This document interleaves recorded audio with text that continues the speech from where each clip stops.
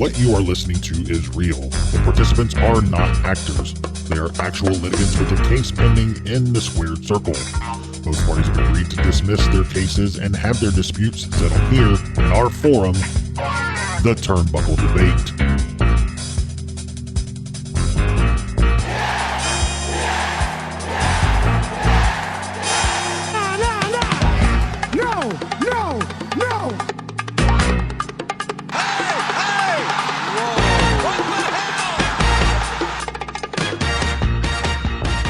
Hey everyone, welcome back to the Turnbuckle Debate. My name is Sneed. I'm Chad. I'm Tom, the OG Fit Kid, the staple of the Turnbuckle Debate. And our special guest joining us, multi-time visitor, one of our brothers in the Pod Foundation, Matt from the Extra Cooler Show. What's up, man? What's going on, boys? Thanks for having me back. I think this is time number 4. It's always good to head back to the Tavern and especially the debate. So I appreciate you guys having me. Absolutely. You guys have been killing it on the Extra Cooler Show. I loved the Nolanium hanging with Mr. Cooler episode. That was great. I think we had Nolan on the debate at one point, and I saw you guys drop the I Quit match today. That was awesome. So you guys are crushing it with the nostalgia stuff, man. Thank you, man. It's been a lot of fun, and Nolanium was he just fit right in. It was such a cool just chat to hear two of my favorite wrestling artists, and sure, I'm close to Nick and one of my best friends in the world, but regardless of that, like having those two just sit down and talk shop was just a really cool experience. So thank you to Nolan again for coming on, and he was such a cool dude, fit right in.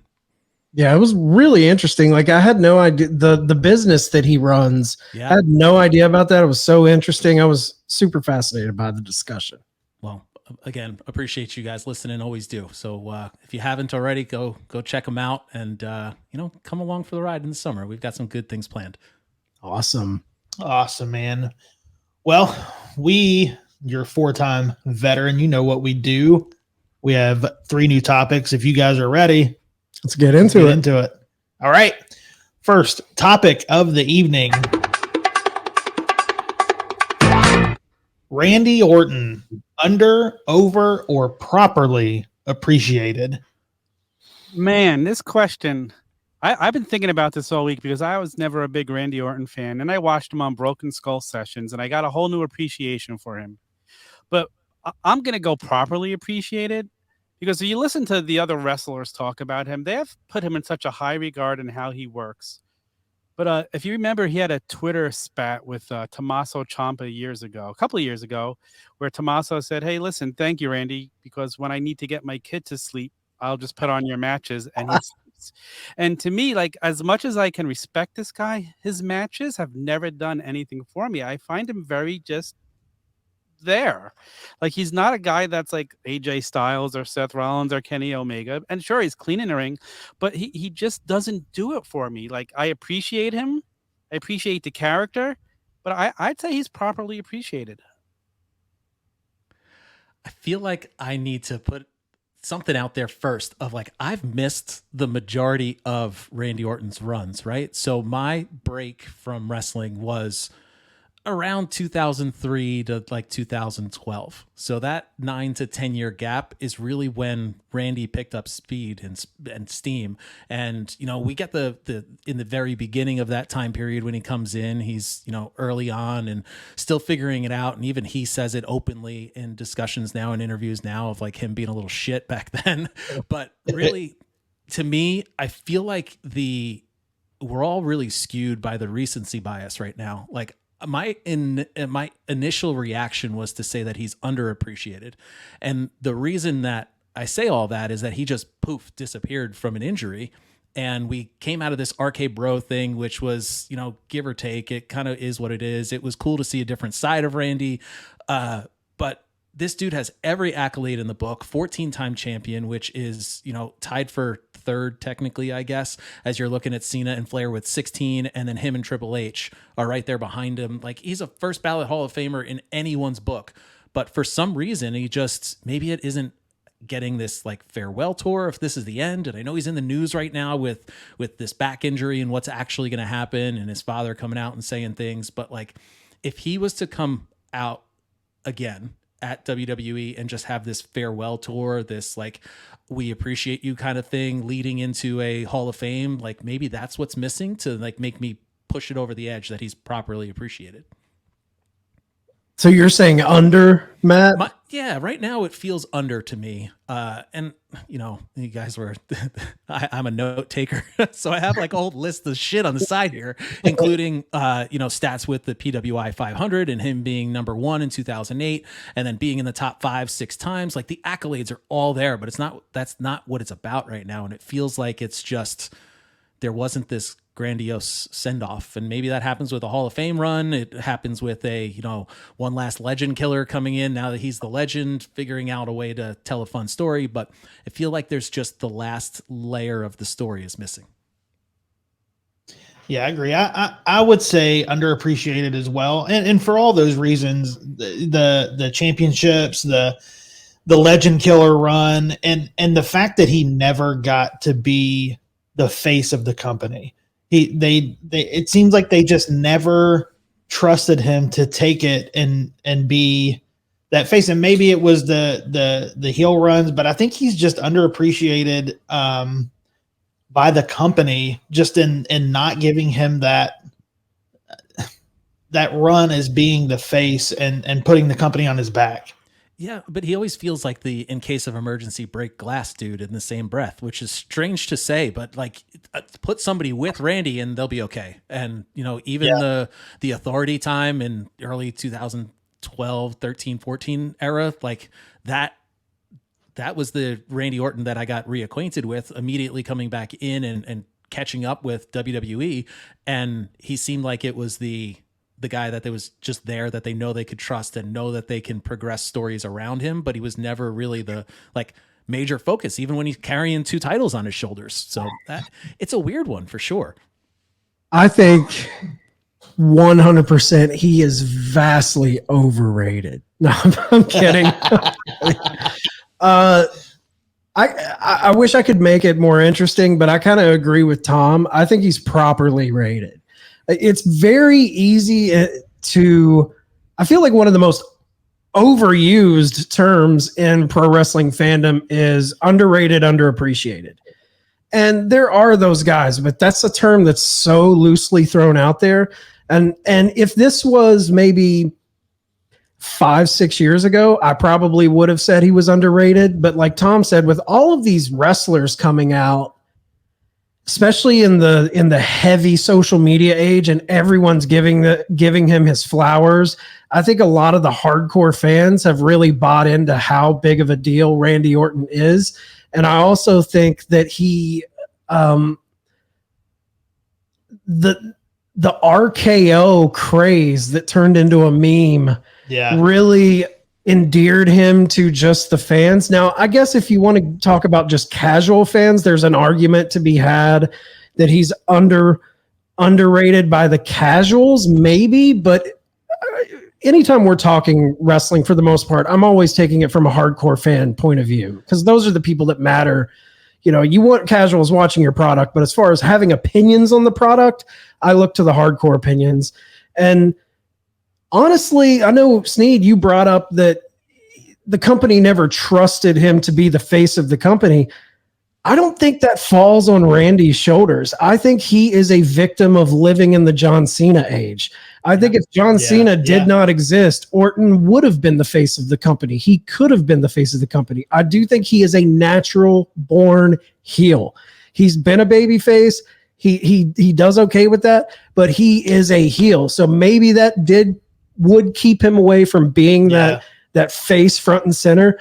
But Randy Orton has kind of laid the ground of what Seth Rollins is dealing with right now. Randy was in the Cena era. Seth Rollins is in the Roman era. And I think with people like that, I do kind of lean underappreciated just because they kind of get lost in the shadow of those larger than life people. I mean, there's an argument that Macho Man was lost in the shadow of Hogan, as crazy as that seems. But yeah, I think he's properly, as of right now, in the last probably 4 or 5 years, I think Randy has become kind of the unsung hero of that era of WWE. So I think he's properly appreciated.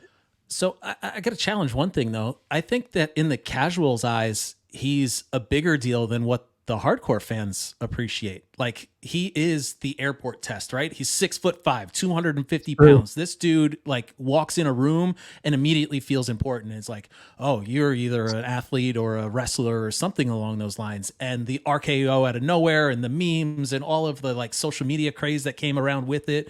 He is maybe not to the level of a John Cena or The Rock recognizable, but he's still, oh yeah, that's the RKO guy. That's a recognizable face, which makes you feel like he is bigger than ultimately what the wrestling fan and the hardcore thinks of with Randy Orton. That's been there forever, right? There's like been a few breaks along the way, but ultimately this dude has been on our television screens forever. And maybe that's another reason why he goes underappreciated, is because he's Old Faithful. He's the one that's reliable and it's going to be there. And, you know, you just take for granted because it's always there. You know, there's always something in the fridge that you're going to go for every single time. You know, maybe another thing is, and this is something he's admitted himself, is that up until a couple of years ago, he thought his promos were fine and he never worked on them. And he just got understood promos like recently. He said this on the Broken Skull sessions, and he says he wished he got it earlier. The guy isn't the most charismatic guy. He doesn't have all that. And I wonder how much that hurt him. Like to me, the most fun Randy Orton ever was when he returned from an injury to fight Brock, and he started cutting these promos as a fun face. And those promos were probably some of the best work he's ever done. That's when Brock came in and cut him open, and Jericho almost went at Brock in the back afterwards. But that Orton, like, we only got it for like a month and a half or even a month. It wasn't that long. To me, that was some of the best work he's ever done. It's also some of the reason why I loved RK Bro. I thought that was a ton of fun, seeing that different side of him. I wish if he would have got his promo skills down years ago, how different it would have been. Like, would we have seen a different Randy Orton? Yeah, but that's just the growing pains of being a wrestler. You know what I mean? Like, very, very few people are MJF. That's true. I mean, nobody comes out of the gate with promo like that. Hardly ever. So I don't really fault him for that, because I think my favorite run Randy was in was around Evolution. Yeah. I mean, when he was doing that was top tier Randy, and the Legend Killer stuff I really enjoyed. Yeah. So from a work rate perspective, if you were to guess how many 5-star Meltzer matches he has, take a quick guess. I'd say 0. It is 0. Absolutely 0. He's gotten, and I did a little bit of research, he has 10 4.5-star matches, but never a 5. Wow. See, that was going to be my next question for all three of you guys. Can you name like an amazing Randy Orton match? He's had solid matches, but there are no matches that'll blow me away. Every match he's been in that would be a great match. He had to have a great guy working with him.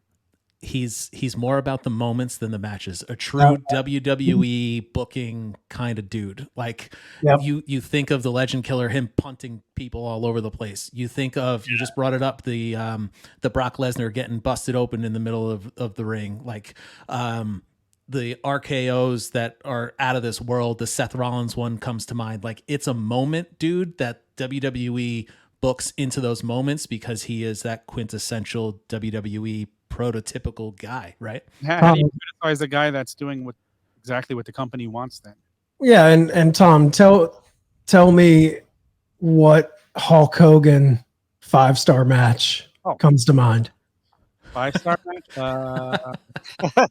You know what I mean? Like, what I think like match quality to like impact and star power it holds no bearing for me. Yeah.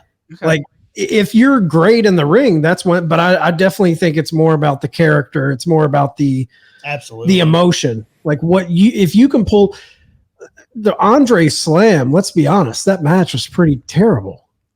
Again, if you just break down the match itself, it was all about the moment. And it was a I spectacle. was going to say, the only thing that's talked about that match is the body slam. That's it. Right.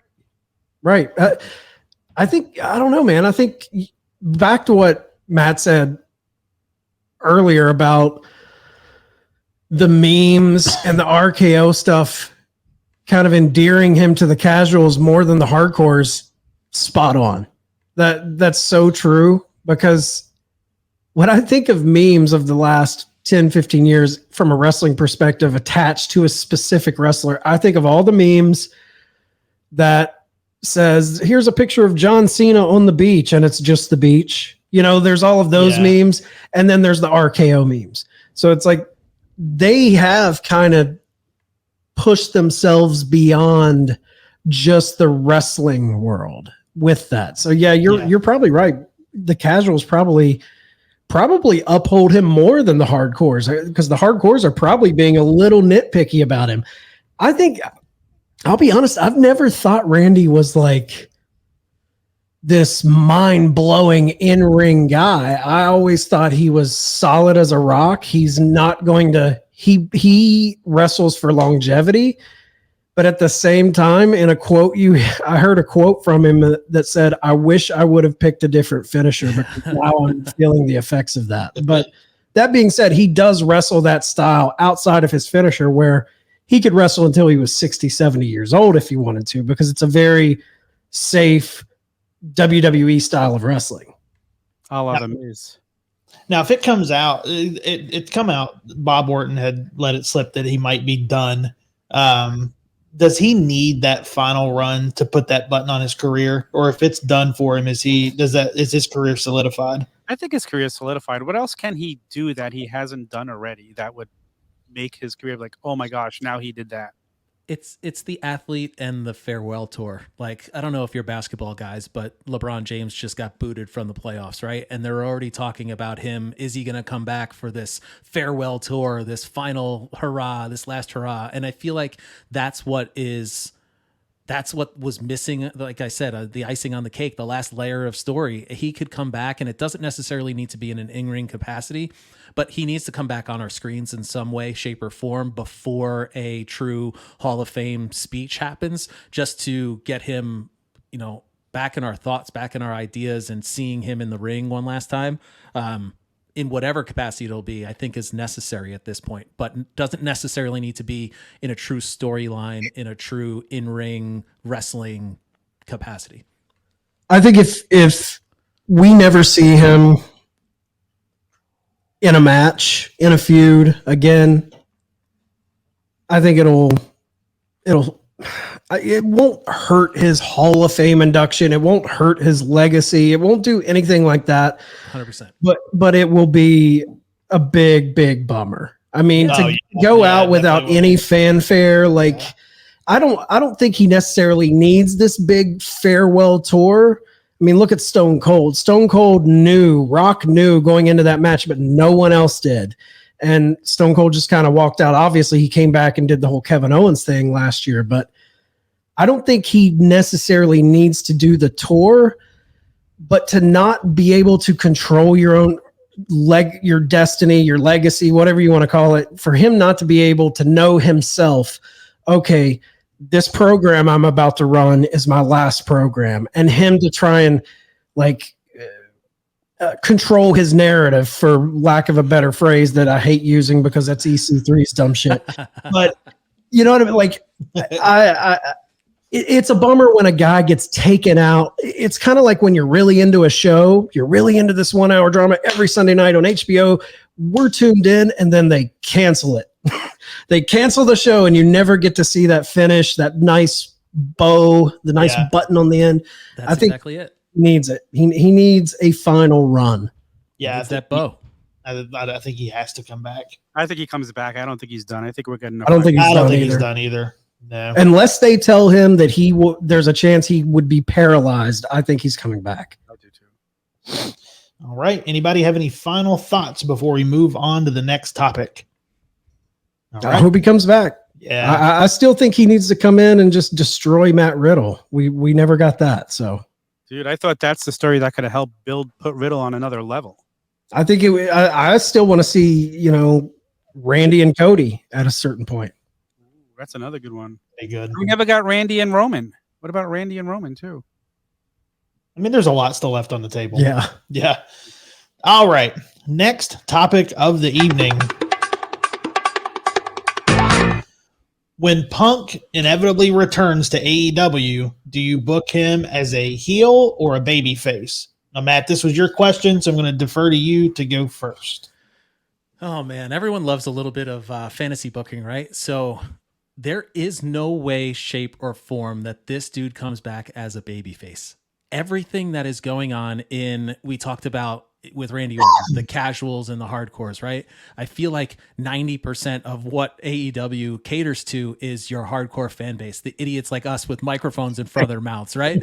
So we're sitting here and there is no way, shape, or form that this dude can come back in a babyface capacity. So I said fantasy booking, right?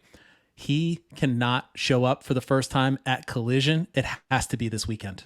We have now Don Callis turning on the Elite, instantly puts them and Kenny into a babyface capacity. You then add Hangman back into the picture, instant babyfaces again, right? And here you are, you have the heel of all heels, the guy that can come in and has hurt the Elite, has gotten into this vicious spat over whatever it was, and I could care less at this point of who was right and who was wrong. If they want to make money off of this, he is the heel, and it's got to go that way.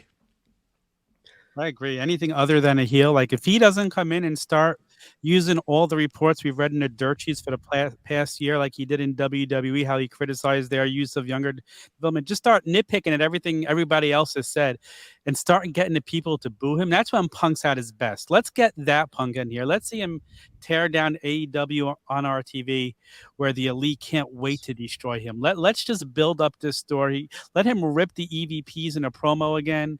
Like let's just let him bring everything to the table. Let him tear it down, and the heat he will get. And you know what? There's still going to be people who cheer him coming back in Chicago. He's not going to get booed in Chicago. So he turns on that crowd. But I mean, I want heel CM Punk 100%. I think people in Chicago even want heel CM Punk. I think you're right. But like for that. You know, let's go back to SATs, right? So you've got Chicago is to Punk as Canada is to Brett, like, right? So you're sitting here and you're going to get this dude that's beloved by his local fan base. And that's why, to me, he's got to show up this weekend. It has to happen. And when this releases, and everybody will probably know what's already happened, and I'll look like an asshole, but I'm okay with that. I don't think there's a world where he can come back with the company pushing him as a face. I mean, is it like, if they do that, even if he is nowhere near being booked with the Elite, you still have to do that. I feel like if he comes in as like the white knight savior of Collision and he's still doing his year-long victory lap that we got used to going in and, hey, I'm so happy to be back, like that, I think he's smart enough to know that has ran its course. And the stories, the thing I push back on what you said, Tom, is he needs to come in and use the news stuff and tear down the company. I'm all for him using the news stuff to tear down the fans, to tear down the Elite. But for him to go after the company, you're playing with fire there, because what you're trying to get away from this, like painting the company in a certain light that kind of breeds this opinion in the fan base of looking at the company a certain way. Like I'm of the opinion you should never have Tony Khan be a character or be a heel person. The company is the hero. You know, like the fans want to root for AEW. You don't want to divide this fan base that you have, where some of them start agreeing with Punk and saying, yeah, this company fucking sucks. Look how they did him. Because it could spill over and hurt you outside of just the storyline. It could breed even more dissension amongst your fan base. So I would stay away from attacking the company itself or Tony Khan himself. Maybe you could talk a little bit about Tony, but you don't want to tear down the company. I feel like you want to go after the fans who bought into these reports. You want to go after the Elite of who put him here. That is what's intriguing to me. I don't want to see a storyline where it's Punk versus AEW. I want to see a storyline that's Punk versus the Elite. Yeah. Well said. I agree, Chad. That's a great point. I had this gut reaction when Tom said that, of like going against the company, but I couldn't bring it to the surface. I couldn't get it out of my mouth. And then in the best way possible that Chad does it, you just sit back and you're like, yep, this dude's right. Yep, 100%. Yeah, because if Punk comes in and tears the company down when he inevitably goes away again, And he's going to take those people with him. Exactly. And then wrestling, we all know it's this fine line, this teeter-totter that we love so much of shoot and work. What's real? What's legit? And when you play with fire like that, I feel like we're still trying to find our footing from all of this drama of the last year. They're still, and I think they've done a great job of trying to move past it. Yeah. But it's still there. The locker room drama.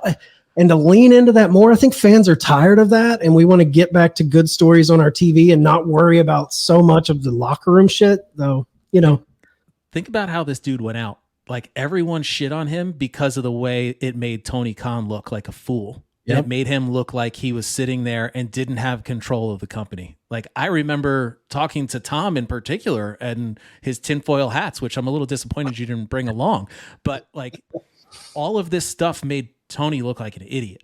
And there are still ramifications to it today. And even I'll jokingly refer to him as Tiny Tony on the Extra Cooler Show. So to me, it's there when he makes an announcement for an announcement. But like, it doesn't help the company, and I that's going to stick with me now that you're saying it, and I'm super interested with where and how they take it, and that's why this fantasy booking thing is always so much fun. Make no mistake about it, Matt. Those tinfoil hats are sitting right beside of him. He jumps on Seth in a group chat when he said today, "Oh, if I had to choose, I definitely still think it's a work." I mean, I said there. I don't see a world where that's true.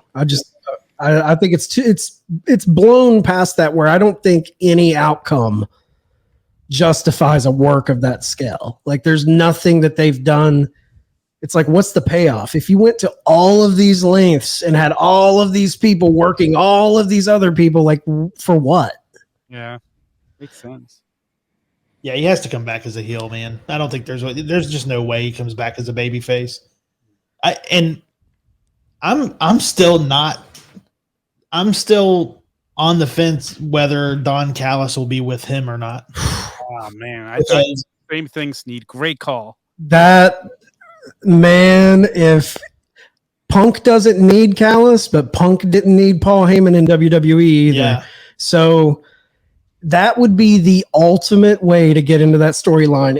If this stab in the back, this screwdriver to the head, all led to Punk. God damn, sign me up. Well, everybody thinks that he's with the Elite or with BCC. It's just a big swerve. And anytime BCC's around, Callis is not around. Mm-hmm. He scoots Acknowledge out. each other. They don't even look at each other at times. So I think you're right. Yeah. I think there's a damn good chance he's the one who's going to bring back Punk. And I can't wait the reaction. If that happens, can you imagine the reaction from the fans? Oh, it's going to be NWO like when Hogan came out. There's going to be shit. I would love to see that at Double or Nothing. And then the big sell would be tune in to Collision to hear Punk speak for the first time. And I would trot him out there, and I would have him pull a straight Conor McGregor and be like, I would just like to apologize to absolutely nobody. And just go all in. Because I think, do you guys think there's a big... I've heard multiple people speak on this about how, does he owe an apology on his return promo? Does he owe the fans an apology? I don't think he does. I think you have to lean into the, I ain't apologizing to anyone. Well, here's kind of, if Callis is with him, I would like to see Callis talk and not hear anything from Punk. Oh, that would be fun. All right, boys, you did it. I'm fully bought in, Sneed. Bravo. Could you imagine that? We don't get to hear from him for like the first 3 or 4 months he's in the company. Callis is standing there. Callis does his talking. Punk stands behind him with his arms crossed. Oh, that would be fun. It's funny that you said that, because when he first came into the company, Bully Ray on Busted Open pitched a fantasy book for CM Punk when he was in the feud with, it was either Eddie Kingston or MJF, and his angle was MJF or Kingston, whoever, hurts his voice box, does a move on him where he can't speak in the lead up to the match. So you take away his biggest weapon, which is his promos, and he can't speak. And Yeah. But if you did it in a way where he's choosing not to speak and he's having a guy, that would make the fans hate him even more. It's how you get booze in Chicago. Sneed booked it. I'm in. Not only that, it's how you lose anywhere, because no matter where he goes, he's going to have loyal followers. But if he starts doing that, it's even going to piss them off, because we want to hear what Angry Punk has to say. Especially if you have Callus, like, you don't deserve to hear from the greatest in the world. 100%. Like when he said, I think he said it at the first Grand Slam, you all want Angry Punk, but be careful for what you wish for. Let him come back, be angry, but be quiet. Oh, would that be a quiet Punk? How crazy would that be? It'd be different. It'd be a fresh take. Which I'm for. I think he needs that. That would be fun. Yeah. Man, when this happens on Sunday night, I'm getting in the car and I'm driving to you boys. That would be so cool. I hope that happens. Yeah. Come on over. Tom, I'll pick you up. All right. Yeah, we're going. It makes me wonder, though. I hate that Double or Nothing is so far in advance from the debut of Collision. It makes me really wonder. It's not that much. It's not too bad. I mean, we're 2.5 weeks. Yeah. It's not that bad. Weeks. 17. What? Yeah, about 3 weeks, maybe. Yeah, 3 weeks. They short of 3 weeks, so that's quick in the wrestling world, man. Yeah. Yeah. All right. Like forever. Yeah, I mean, if you really wanted to do it, he shows up at Double or Nothing, and then the first Dynamite after, you just get Callus coming out and being like, he doesn't want to come on Dynamite. He'll be at Collision. That's what you'll have to wait. You have to wait to hear from him at Collision. Everybody's waiting to hear from him, and he comes out and says nothing. Perfect. Especially if it's in Chicago. Talk about the heat that would garner. Man. Yeah. And just you kick off Dynamite then the next Wednesday, this upcoming Wednesday, with Punk's music, and Don Callis walks out. Oh, it'd be so good. I'm in for that. And it's a great way to play up on the whole soft brand split. He can't be on Dynamite because the Elite are. Like, you tease him being there, but he's not there. So it gets the fans wondering, are they booking this, or is he just not there because the Elite's there? You know, there's a lot of layers to that. Oh, man. Love it. Come on, Tom. You know everyone. Let's get this to happen, please. Tom, send this audio to somebody. Get it to Tony. We need to get this down as a real ASAP. All right. Does anybody have any final thoughts before we move on to the last topic? I'm hoping you're right. I'm hoping you're right. I just feel like there's more layers with Don Callis than just BCC. I don't think that's it, man. There's something else, but yeah. Because I've been thinking the same thing. I haven't said it out loud, Steve, but it's so perfect. I love it. Perfect. I was thinking it's all setting up Osprey. I thought Callis was kind of being set up for Osprey at Forbidden Door, but screw that. Give me Punk and Callis. Part of me thought it was the Bullet Club boys, and it could be Don Callis in that direction, but it never really fit. And this is it, man. Chef's kiss. Yeah. Yeah. All right. So we will move on to the final topic of the evening. Should Edge finish his career in WWE or have one final run with Christian in AEW? Love this question. Before you say a word, I have to acknowledge the imagery that's on the screen. If you're listening to the audio version, go on YouTube and make sure to watch the whole thing, because they've got a picture of Edge with a big old WWE logo right in his forehead. I can't stop staring at it. It's the look on his face. It's almost like, yeah, motherfucker, this is WWE. Branded. Oh man. Tom, as you were saying, sorry. The beast. I think it would be fun to see him go to AEW for a little bit. I think his WWE return has fell flat. It has. I don't know if it's the pandemic that hurt it, or like we didn't really we thought we'd get a title run with him, but with the whole Roman story going on, I'm kind of shocked he's not in the main event for the world title coming up this weekend. But I think it would be fun to see him get a shot in AEW for a year. See him with Christian. See him get to fight some of those guys on single matches. The guy has proven he could still go. He hasn't really lost anything in the ring. I'd love to see him jump to AEW and do a year there or 2 years there before hanging up the boots. I just don't know where his loyalty is, how loyal he is to WWE, if he would do that to them or not. He was playing the field before he came back. Like, he had been in discussions with Tony Khan. I know. The thing I heard that swayed him is that his history is in WWE. Right. Exactly. Like, he didn't want to come back from so long to a new company. I think he's got the big return to his history out of his system.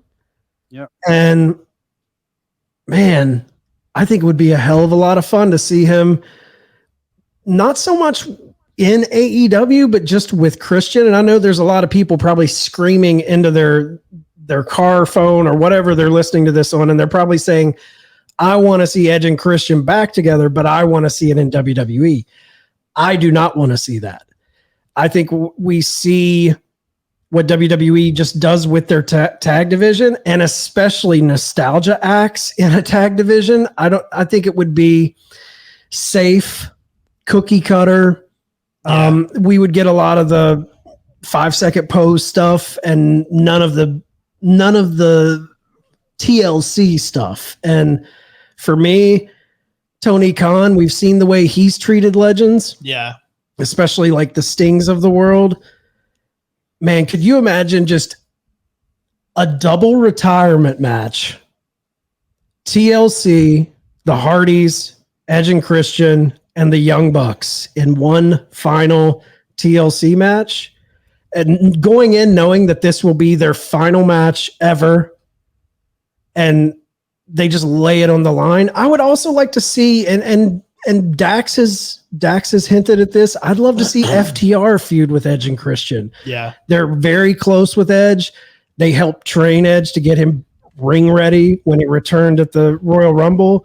And I remember not too long ago, probably about a month and a half ago, a fan said something. There was some tweet that was made where a fan said, Edge and Christian, the dream matches were brought up, and they were like, as much of an impossibility as it is, we'd love to see you go against Edge and Christian. And this was the time no one knew if FTR was going back to WWE or re-signing with AEW.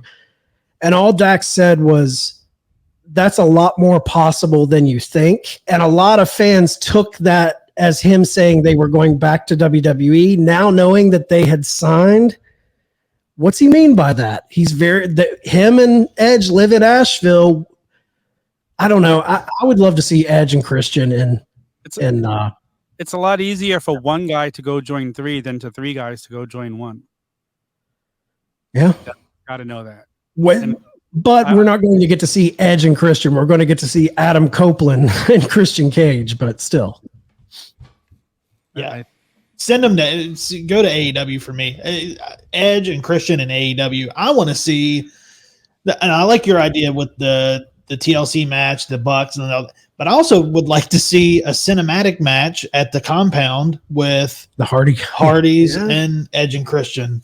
That'd be fun. I think that'd be a lot of fun. Matches like that extend careers. You know, they can do those a lot easier than bell to bell. Yeah, sure. Oh man. Here comes Fed Brain. All of that sounds great. I am fully with you. I can see it happening. Now that you bring up the Dax stuff, I remember you bring that point being said, and I was like, oh man, this is definitely the Edge to AEW rumor, not the other way around. Edge put out a Instagram video a few weeks ago, and it has me on the end of the hook, and it still does, even though it didn't come true. And he sat there, he was talking about the new heavyweight title.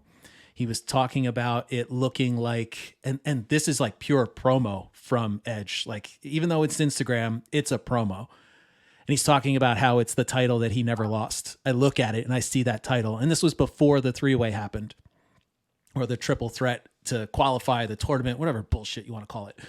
And he said, wouldn't it be nice for me to win that title again, the one that I never lost, and then defend it until the wheels fall off? And I'm paraphrasing, but him going until he loses it and then he's done, walks off into the sunset. I am so majorly focused on that that I can't get it out of my head. I loved every second of it. I think back to Ric Flair, WrestleMania 24, like the I love you, I'm sorry, I love you. Like all of these things, I am more invested in Edge, the singles guy, than I am the nostalgia WWE Attitude Era Edge and Christian. Maybe it's because I have the same feelings that Vince McMahon does towards Christian. Like, I just don't like the guy. I like, put a mask on him. Like, I don't love Christian. I think what he does is playing a heel. And I know that you guys have been he's so good, man. Very nice to him recently, especially like on the flagship in particular. Like you were coming out and you're crediting and throwing the flowers at him of being this heel. And of course the crowd is playing into it. He's doing everything right, but it just always feels like he's playing the heel. It's like just a bit too much, a bit not believable enough where it's see-through that it's a storyline. And I think that Christian line for me, it doesn't do it for me. And the Edge single star, the Edge finishing the story to steal Cody bullshit. But like, I struggle to find the fun in how you also turn Christian into Edge and Christian, which is fun and games. It's what I remember, right? It's like, these are the entertaining dudes on my television screen in the tag division. And I think there's more to give on a singles capacity for both of them, but for Edge in particular. Man, he really sold you hard on that Instagram live promo, didn't he? You're hooked in hard. I totally am. Now, I'm with you. Like, I definitely prefer rated R superstar Edge. I'm 100% bought in. I just think he has tapped that in WWE for me. I don't think there is a way in hell they ever put that belt on him. I think that was Edge being a true blue carny and getting you to buy in the fact that he could do it, and he pulls the fans in to care about him. He did it. I just don't see a world where they put a title on a knocking on 50 years old guy in that company. I just don't think it's in their philosophy. I would be shocked if it happens. I'll come on and say I was wrong, but like, that's the only reason I say, and I don't want him to come back with Christian and do this nostalgia act. I don't want to see the 5-second pose. I don't want to see the goofiness of them. I want to see late 40s knocking on the door of 50, Edge and Christian, grizzled, kind of with a we're too old for this shit mentality. One final run, one final rodeo with these two dudes who been tied at the hip forever. It's like there's something nice about the circle of that, because I feel like he's complete his return from the Rumble and everything he's got to do in this return. I'm with Tom. I think it's been a little lackluster, but there has been some really good moments in there too. I think that kind of tied the circle of his singles career. And I think this would be a nice little button for the two kids. This isn't a guy who was just a tag team partner with Christian. We're forgetting that these two guys were childhood friends. That makes it different to me. Yeah. If it was just Devon and Bubba Ray, or, then I'm not so, there's not as much of a heart-pulling story there, but the fact that these guys have kind of been at each other's hips since childhood, that's interesting. Oh man, if Edge was to go, I don't see a world where you can bring Christian back to being a face, right? Like, he's so rooted in this evil bastard that you need to have Edge come in the same capacity. But how do you pull that off? Maybe I'm lost in the E&C show, the Edge and Christian show, or whatever they did on WWE Network. Like, maybe that's like the imagery that's now just driven into my skull. Like I said it in the beginning with, here comes Fed Brain, but like, maybe that's why I can't get past it. But if he was to come in and be this visceral, angry dude, but how do you pull it off? Like maybe that's the way that I could be like, all right, I'm if it happens, of course I'm going to go for the ride and I'm going to enjoy it. But like, I'm just not the Christian guy. I totally bought what he was selling me 1,000 times over. And you know, Extra Cooler Nick sent it to me on Instagram first, and he was like, all right, man, eat this up, have at it. And it was exactly that. He knew it. He knew it. Hook, line, and sinker, man. Like, So just get the title. He could get the title, have a final run, and then ride off into the sunset, and you're good. I would be. I could see. I think that's the more logical thing. I think that's probably what's going to happen. But Edge is in the same category as Randy, man. Like, this is supposed to be the bow at the end of it, right? Like, topic one was Randy Orton. We were looking for that bow, and ultimately, maybe I'm looking for that bow with Edge here too. And your bow is Adam Copeland. My bow is Edge going out on his sword. I think there's a world where he could have both. I think there's a world where he could get that bow for Edge and give us maybe a year as Adam Copeland. Do you think, does that sully it? You know, with Flair going off to do TNA after the Mania retirement, does it sully his WWE career if he ties it up really nice and then say signs a 2-year deal with AEW? Would that hurt him?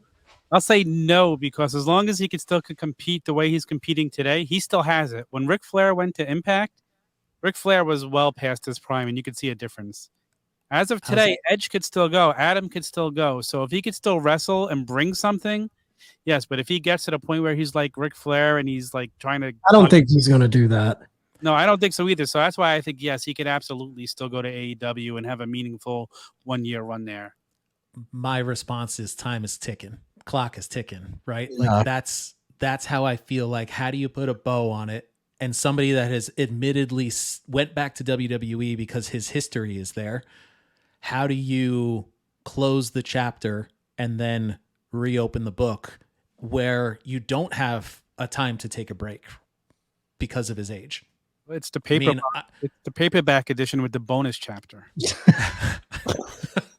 I mean, we've seen people that we never thought would open that book back up. And everyone always likes to point to Flair because Flair is Flair. Yeah. But I even think of HBK, man. HBK beat that drum for years and years and years. Yeah.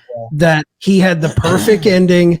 Everyone was pushing for him to come back for an AJ Styles match. He said, nothing will get me to come out because my story was told. And then Saudi blood money lured him out. And we got this shaved head Shawn Michaels. But no one thinks about that.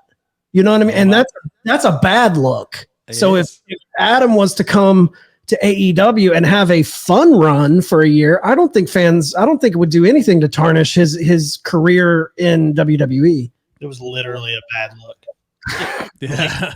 I mean, Tom, where's the figure? I think you have it, right? Yeah. Bald Shawn Michaels figure. That was a basic. I don't collect basics. He's not a basic guy. If he comes out and he is on the level of bald Shawn Michaels, then no, he shouldn't do it. But he's not going to do that. That's not what Edge or Adam is going to do. That's not what he's about. I think I'm putting a little too much stock in this. I think he just used the word how people would use the word, but Edge did give that interview where they asked him how much time does he have left, and he's like, I think I have a couple years of elite level wrestling. Oh, man, I said the same thing, man. He purposefully used that word, and it was like, oh shit, here we go. Like, was that there, or did he just say that word like with no meaning behind, or is he playing? That's a word. That's a word that you don't just. I mean, you use that word. Well, we saw what Randy Orton did when he was in contract negotiations. He posted that picture, the elite club or what? Yeah. Edge comes off as a dude that is very calculated. Yes. Very calculated. And let's be honest. I mean, three of his closest friends in wrestling are over there. And they're probably saying, hey, man, schedule's real easy over here. You could come over here. Come on. You know, you got the FTR boys, Asheville, they're neighbors. They're neighbors. And then you got Christian.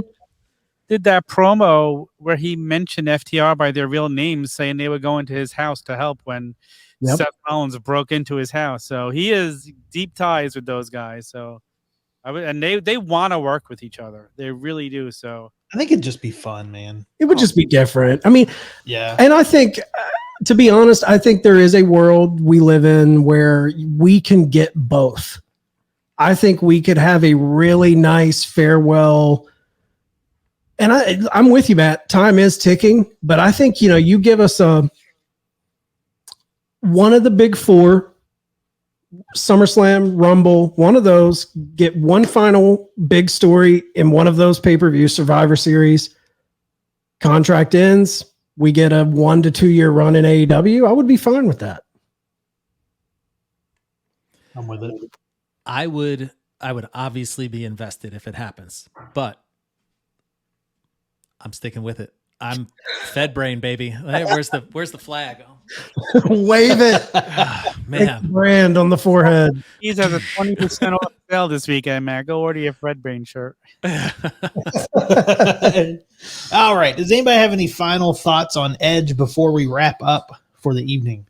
Oh, it's exciting to see where it's going to go. I love that. This is the type of drama you like, seeing if a guy is going to jump from one company to another. Like, this is what gets wrestling fans talking. Let's see him jump. I love people jumping back and forth. It makes wrestling better. I mean, if he has elite level wrestling left in him, let's see it in There's also the side. I mean, let's be honest. There's the side of guys knocking on the door 50. It's just going to fuel the fire of AEW's signing talent past their prime in WWE. So there's a little bit of that, but I'm a sucker for nostalgia if it's done right. And so far with Sting, I think they've knocked it out of the park. And with Edge, I think he would get a hero's welcome if he came to that company. So I don't think it'll happen, but it'd be fun if it happened. Yeah, I'd pop. No doubt about it. Right. All right, Matt, it's been great having you back on. Tell everybody where they can find you. Oh, man. So we are the Extra Cooler Show. I'm sure you've all seen the Extra Cooler artwork on Instagram at Extra Cooler. You can hit us on Twitter at Extra Cooler Show.